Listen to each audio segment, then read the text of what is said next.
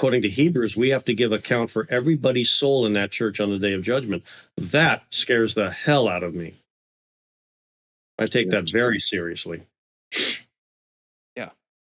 I would too. I would be like, I'm not going to become a priest because I don't want to be in charge of souls. That's terrifying. No thanks. It is terrifying, yeah. And Yeah. it really should humble any priest who any man who desires to go into the priesthood. It really should humble them. Yeah. Okay, so one other question for you, Father Jonathan, on the topic of the priesthood and people considering that. What if people are considering the priesthood? What advice would you give them if they're trying to discern that path?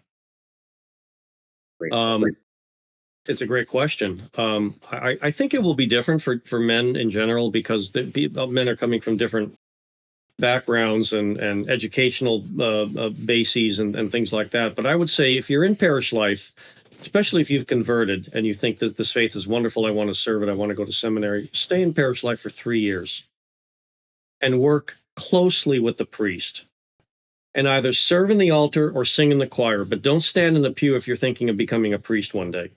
You've got to learn one or the other. I sang in choirs. I never really liked serving in the altar until I was a deacon, but because I felt by singing in the choir, I got to learn the liturgy. Like I got to learn the services, because you sing the hymns, and the choirs sing 70% of what's going on in any liturgy. And serving in the altar is very simple. Little entrance, great entrance. Okay, give this priest the censer when he gives you the little signal, and that's easy stuff. The choir was a lot harder. So I feel like I learned my liturgy there. I didn't learn my liturgics there, but I learned liturgy there. So either serve in the altar with the priest or sing in the choir and make yourself available to do the things that the priest has to do so that you learn from him. And that's going to include receiving from him obediences to do things that he might normally do, but that you could free him up for. For example, all my altar servers don't know this, and this is March 2025, and if you're going to air this in May 2025, they will already have done this. I'll make sure of that.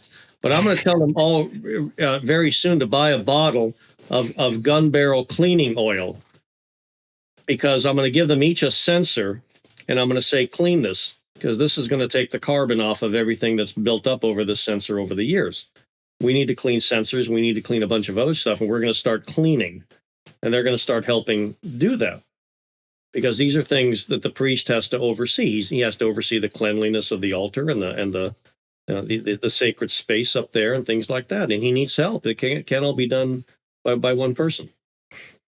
So sing in the altar, serve in the choir, sing in the altar. Yeah, he'll do that too. Sing in the choir, serve in the altar, and make yourself available to work with the priest. Go with him on home blessings. Go with him on hospital calls. Learn this stuff. Oh, that's boring. Well, then you don't belong in the priesthood if you think that stuff is boring. And learn to love what he loves doing. And then see if that's the kind of thing you want to do for the rest of your life. Because you don't retire from being a priest. You retire from active parish life, but you never retire from being a priest. Always remember that.